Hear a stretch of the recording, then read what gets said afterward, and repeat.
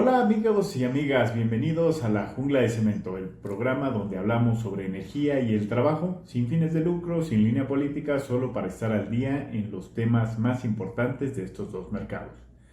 Hoy estamos viviendo épocas de transformación, muchos de ellos negativos, pero también algunos positivos, impulsados por los cambios en nuestros hábitos de consumo. Derivado de la crisis del COVID, el mercado energético se vuelve a amoldar a una nueva realidad y con ello los objetivos de producción y comercialización. En este capítulo especial de La Jungla de Cemento, démosle un vistazo a la metamorfosis petrolera. Vamos a empezar con un poquito de historia de cómo ha ido la evolución del petróleo en México. Rapidísimo, nada más vamos a ver que México fue un país exportador de petróleo crudo desde el siglo XX. Sin embargo, pues se fueron agotando todos los mantos, principalmente de la faja de oro, que dieron lugar a que apenas fuésemos un país autosuficiente con recursos petroleros y pasamos a ser un país importador de petróleo. Vean ustedes la gráfica que tienen en su pantalla y podemos nosotros ver cómo el crecimiento industrial del país y la falta de suficientes trabajos exploratorios hicieron que nos convirtiéramos en un país que ahora importa mucho más petróleo del que exporta. Si vemos nosotros la siguiente gráfica, también podemos ver en la línea roja cómo los precios del petróleo estuvieron en lo más alto en el sexenio de Calderón, por allá del año 2011, y podemos ver que a partir del año 2012 hay una caída brutal en los precios del petróleo. Vean ustedes, no solamente caen los precios del barril, sino también los ingresos de Pemex, que es la línea azul que se encuentra ahí abajo, y pues es una caída prácticamente libre. La siguiente gráfica que nos resume cómo en los últimos 120 años pues México ha hecho todo un esfuerzo por ser un país autosuficiente en petróleo. Tenemos un boom petrolero por ahí cuando se descubre Cantarell y ahí vamos avanzando y vamos sacando cada vez más petróleo, pero pues finalmente empezó a decrecer el yacimiento y viene una caída libre como ahí lo estamos viendo. El año pasado, 2019, pues nada más produjimos 621 millones de barriles anuales y pues no se ve cómo vamos a salir de ese tema. ¿Qué está pasando ahorita en este 2020? ¿Por qué es tan importante saber de este tema? Bueno, para ello es muy importante conocer los datos históricos.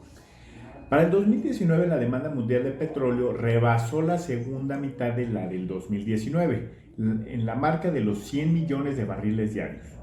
En el tercer trimestre se consumieron 100.5 millones de barriles y en el cuarto 100.8. Su tasa de crecimiento anual venía siendo mucho menor cada año.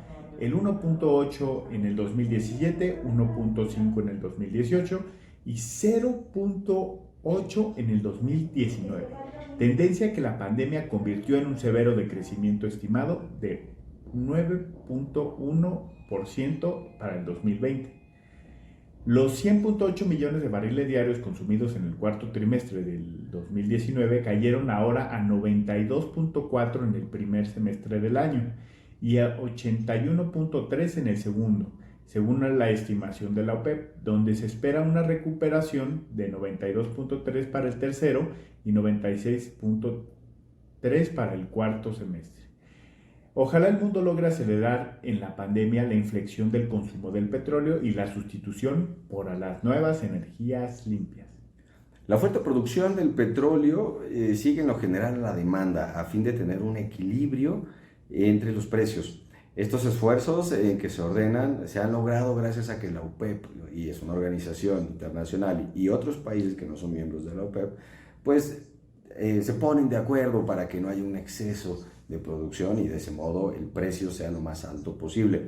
Sin embargo, han tenido desde hace varios años el reto del fracking. El fracking es una nueva tecnología que principalmente está haciendo Estados Unidos, donde por medio de las rocas de esquisto logran sacar ellos también más petróleo.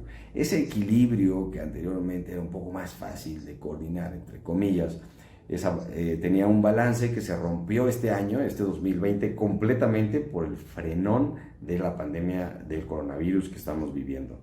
Esta pandemia desde el mes de febrero de este año originó una caída en la demanda aproximadamente con una sobreoferta de 7.75 millones de barriles diarios el primer trimestre y de 9.61 millones en el segundo, con un desplome en picada de los precios. Todo esto originó que la OPEP convocara una reducción global en unos 10 millones de barriles diarios, el monto que si bien se aprecia insuficiente ante una sobreoferta de 17 millones de barriles diarios, acumulado en los primeros trimestres. Si se logra a partir de abril un repunte modesto en los precios del petróleo, en México parecería empezar a repuntar el primer trimestre de este año con 2.0 millones de barriles diarios. No obstante, en el segundo semestre se adhirió a la reducción de la OPEP, recuerdan esa muy famosa reunión, y se alineó con la demanda bajando su producción a 1.9 millones de barriles diarios en el segundo trimestre a 1.8 en el tercero y en el cuarto. Estas contracciones en las ventas y en los precios inevitablemente van a afectar los ingresos de Pemex. Este nuevo reordenamiento del sistema energético nacional se ha convertido en una tarea titánica, una carrera contra el tiempo que además se da en condiciones muy difíciles del mercado, con los precios y recursos fiscales y un mar de concesiones y contratos otorgados en condiciones poco favorables para nuestro país. En este marco de decisiones difíciles, el optar por el uso intensivo y temporal de combustóleo en vez de gas en muchas termoeléctricas es una opción acertada, ya que tenemos un exceso de combustóleo barato y para ello tenemos que asumir los costos innegables de la contaminación, que estos con el tiempo se pueden mitigar y sustancialmente reducir. Y la verdad es que carecemos de gas suficiente para darle la suficiencia energética que requiere el país.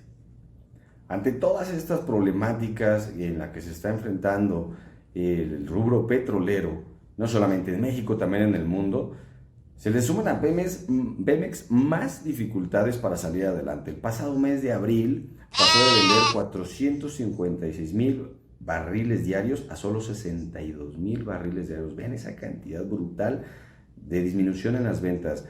Y dinero, significó un 81% menos de dinero para Pemex en el mismo periodo.